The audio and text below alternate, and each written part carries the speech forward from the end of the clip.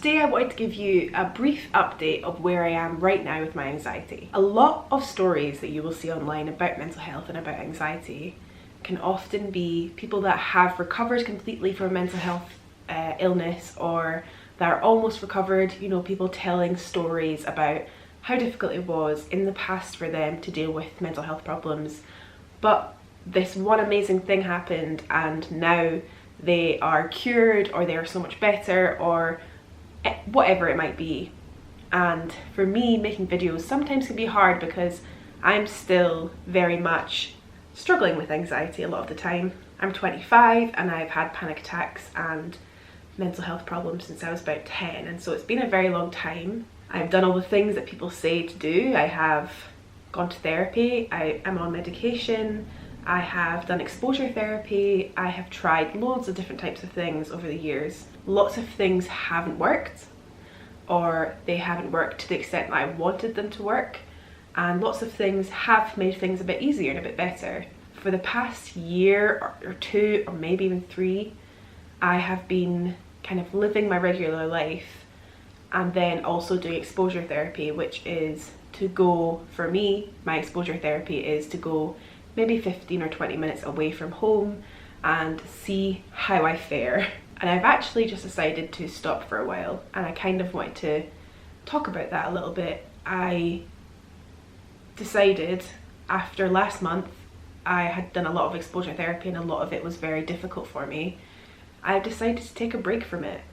And the reason I wanted to talk about this today was because a lot of us are constantly searching for this cure, for how we can get better. We don't think about how we are right now.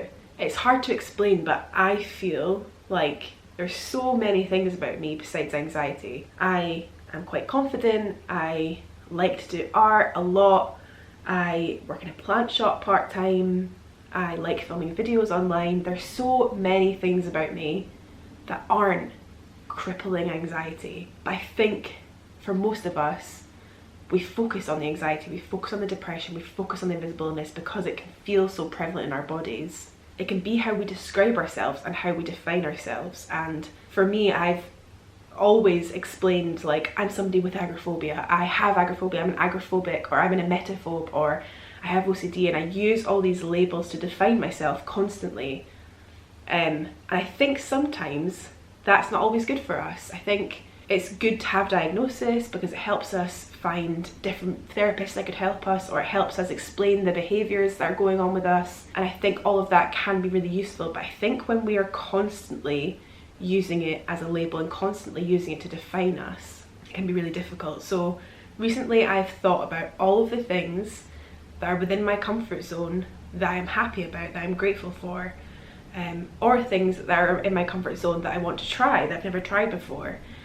So I've recently got a bike, and that has been incredible. I've been just going around my little town and it's been so nice and so freeing, and for somebody with anxiety to feel freedom is unbelievable. It's like the best feeling in the world, because a lot of the times we can feel trapped, we can feel stuck.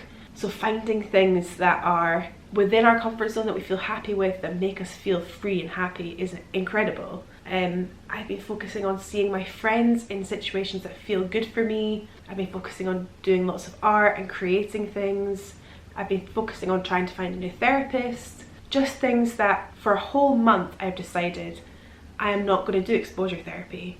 I think people might think that I'm giving up, or that I am not trying anymore, or that I'm going to go back a step, but this feels right for me. And I kind of wanted to make this video to ask you and to let you kind of think about, what are the other things about you that aren't anxiety? I want to have a month where when anxious thoughts come into my head, I let them be there and I let them sit there, and I can think about them if I want to, but ultimately I want to get back to myself and who I am without anxiety. And I would love for you to reply to this video in the comments, or to make a video back to me about who you are that's not anxiety. Like I said, it can feel like it can take time to learn that, to be honest, because when you have severe anxiety, it's wrapped up in absolutely everything we do. But just because we have these illnesses, or whatever you want to call them, you might not feel comfortable calling it an illness, it doesn't mean